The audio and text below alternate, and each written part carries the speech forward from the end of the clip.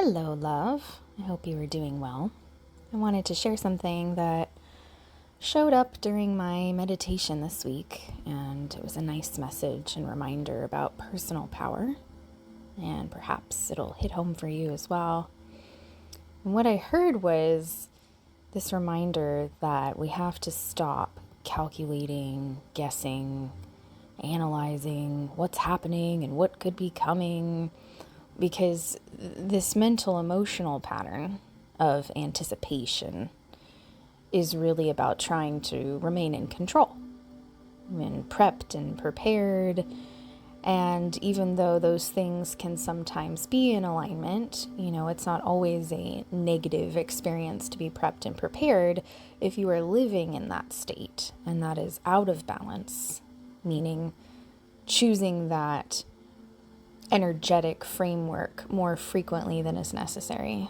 Then in actuality, that anticipation creates imbalance in the body, which then creates disease or dis-ease, and it creates a survival response in your nervous system.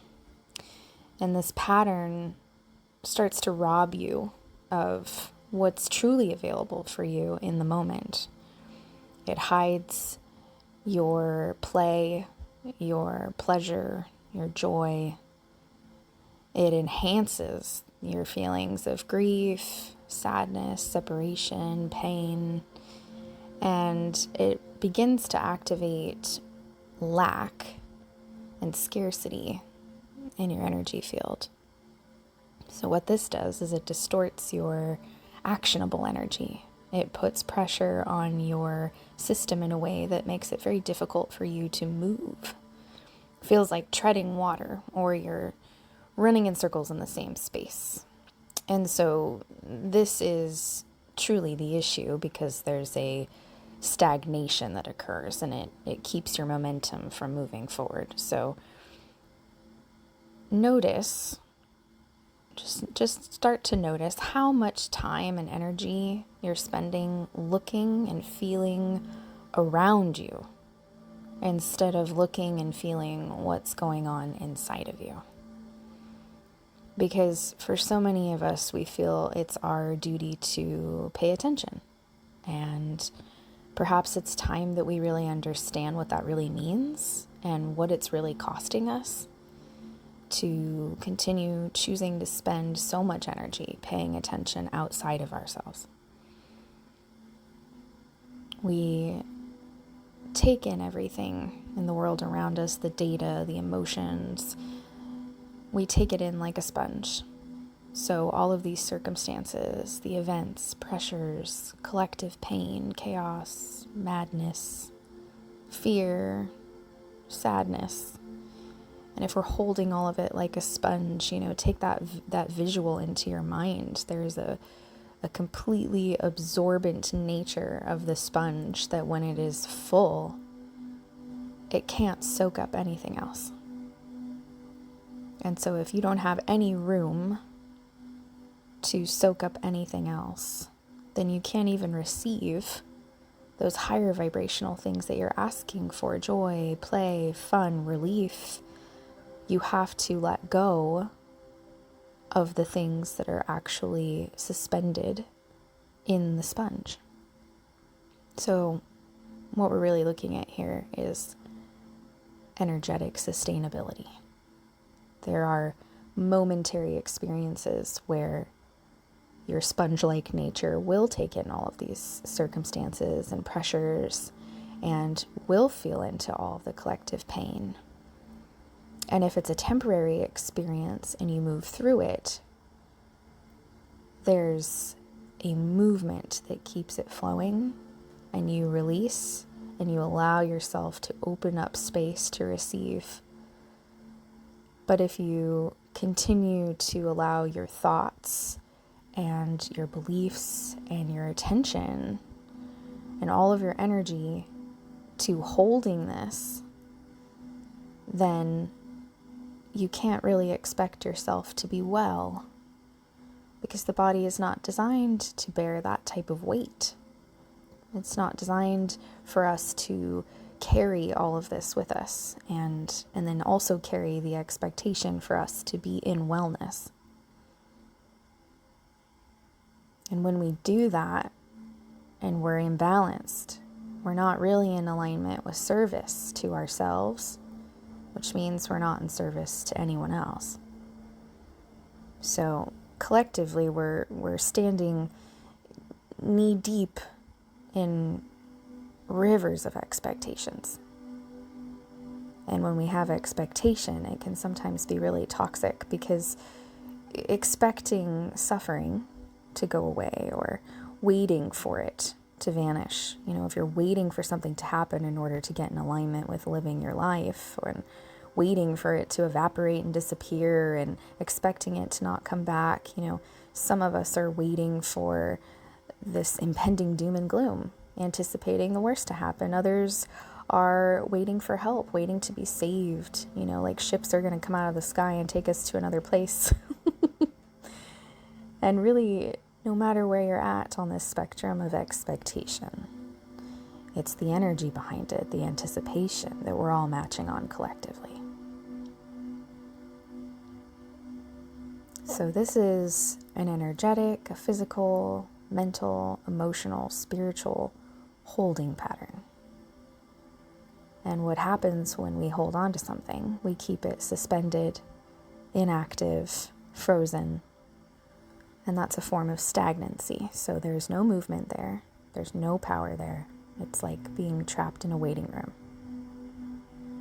So if we begin to notice this energy of anticipation, how much of it we're holding in our bodies, how much expectation we're holding in our bodies and our mind, we have to invite the reminder gently that it doesn't actually fix any of the problems to hold on to that anticipation, to hold on to the expectation. It doesn't free you from suffering. It doesn't prevent bad things from happening.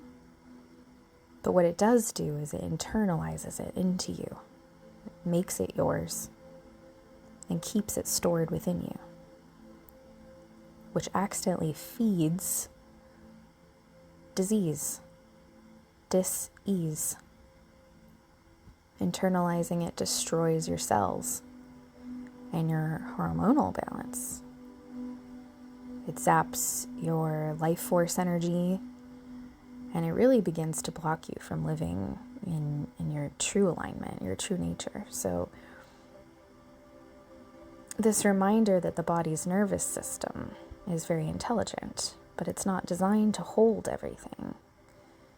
Holding may look like keeping your breath really short and your chest tight, or feeling really drained and restless, or maybe you're having trouble sleeping at night. So we have to stop holding in our own unique ways and learn to truly care for ourselves through that experience. That is our responsibility, to care more about taking care of ourselves, making that a first priority over everything else. We have to train ourselves to care about that more than how much we care about putting our attention outside of ourselves, on circumstances, events. And especially training ourselves to care more about our self-care than how much we care about the magnitude of all the worldly problems. Because even though we have desires and wishes and intentions for things to change, we cannot allow those things to come into fruition if we are in this holding pattern, insisting on keeping all of the data. Remember that energy flows where your attention goes. And that's really important. What are we feeding with our energy? And I think one really important reminder that I've been sitting with is simple, and yet something that truly empathic people tend to slip away from, which is, it's no one else's job to care for you. It's your job. And really, it's the only sustainable option that you have to truly thrive. So taking care of your whole self. And what I mean by that is, I'm not talking about, oh, I do facials, or I take showers in the morning, that's my me time, or I like to have a nice cup of coffee in the morning and just decompress. Those are parts of your self-care. But what I'm talking about is self-care on a deeper level. I'm talking about devoting time and energy and commitment to personal development and growth. And that looks like integration. And what is integration? That is the point at which you allow all the parts of you, especially the parts that need more acceptance and more love, the parts of you that you're maybe not so proud of, the parts of you that you hide from the world, the parts of you that hurt. Integrate them. Allow them, look at them. This is not a negative, selfish thing to put yourself first. This is actually the divine lesson that we came here to learn, that if we take care of ourselves, we thrive as a species. Imagine a world of people all genuinely taking care of themselves. It's no one else's responsibility because everyone's doing it for themselves. How powerful and how loving this place would be. So if we can begin on a daily basis, notice how we're feeling, thinking, behaving, notice our body posture, our attitudes, our expressions. These are indicating patterns that truly dictate how we are existing.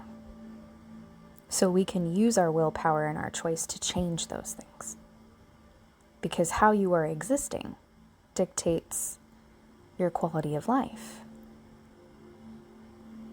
It also dictates how much you are open to receive, how much you can connect with others. You can't connect with others if you're not connecting with yourself. So the ripple effect of this choice and putting more attention and more energy flow in this direction is really important. You begin to embody self-care, and that ripple effect is huge. You affect everyone around you by choosing that for yourself. We've simply forgotten that this is true as a species. So, in a sense, you could say that many of the world's problems could almost be resolved by simply remembering that your one role, your one job, requirement on this path in life, no matter who you are, where you are in the world, or what you're doing with your energy, your one requirement is to care so deeply for yourself that by simply acting on that, you remind others to care for themselves too. You're communicating naturally with everyone around you, radiating that invitation. It speaks out of your energy field. It doesn't even have to come out of your vocal cords. And that is where you begin embodying that deep care. So this embodiment is the complete opposite of being selfish. This is mastery. This is science. And it's about being a gift of service. And I mean that on both sides. Gift of service to yourself, and therefore gift of service to the world. So the choice that we have to commit and explore a deeper self-loving lifestyle brings in a reverberation of energy. It's almost like the universal reward, because that choice to commit to your self-love is founded in primal source energy, which is unconditional love and gratitude and forgiveness and acceptance for all parts of yourself, so you can really be whole. And the manifestation abilities that ripple out of that shift is huge, because you are in alignment. This isn't about perfection. This isn't about reaching a certain level of attainment in order to receive those things. It's about bringing your power into your vessel, allowing it to really settle into its home where it belongs, with you.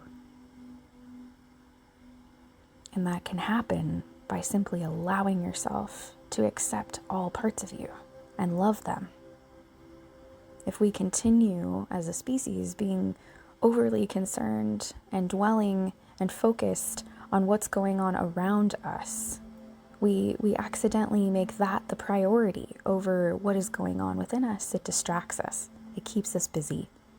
It keeps us from not looking within. So that effect that has on our quality of life is really robbing us of our power. We are putting the power outside of ourselves. Puts us into a place of feeling like a victim. And that simply doesn't allow our body to feel accepted, to feel connected, to feel in alignment and in our power. So what I was seeing in this meditation was this beautiful vision of the stars.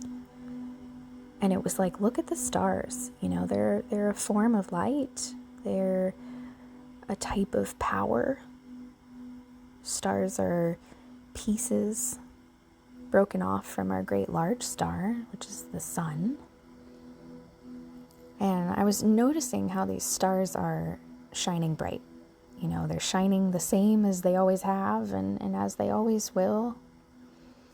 And what I heard was, you know, do you think these stars rely on the other stars in order to keep themselves bright? And do you think that these stars wait for permission in order to keep on shining? Do these stars need the comets and the meteors and the other planetary bodies to find perfect peace before they let themselves shine? Of course not. And when you see the stars all together, you experience a blanket of bright light because each one of those stars is tending to their own individual power. They shine in their own unique individuality with their own age, shape, size. Like they all have their own duty, but they contribute to this collective whole. And when they are beside each other, shining in their power, they create this beautiful field of light. And they keep shining until their path is complete, just as we do. So perhaps this is an invitation, this is time for us to really own our power and be like the stars, shining that light no matter what.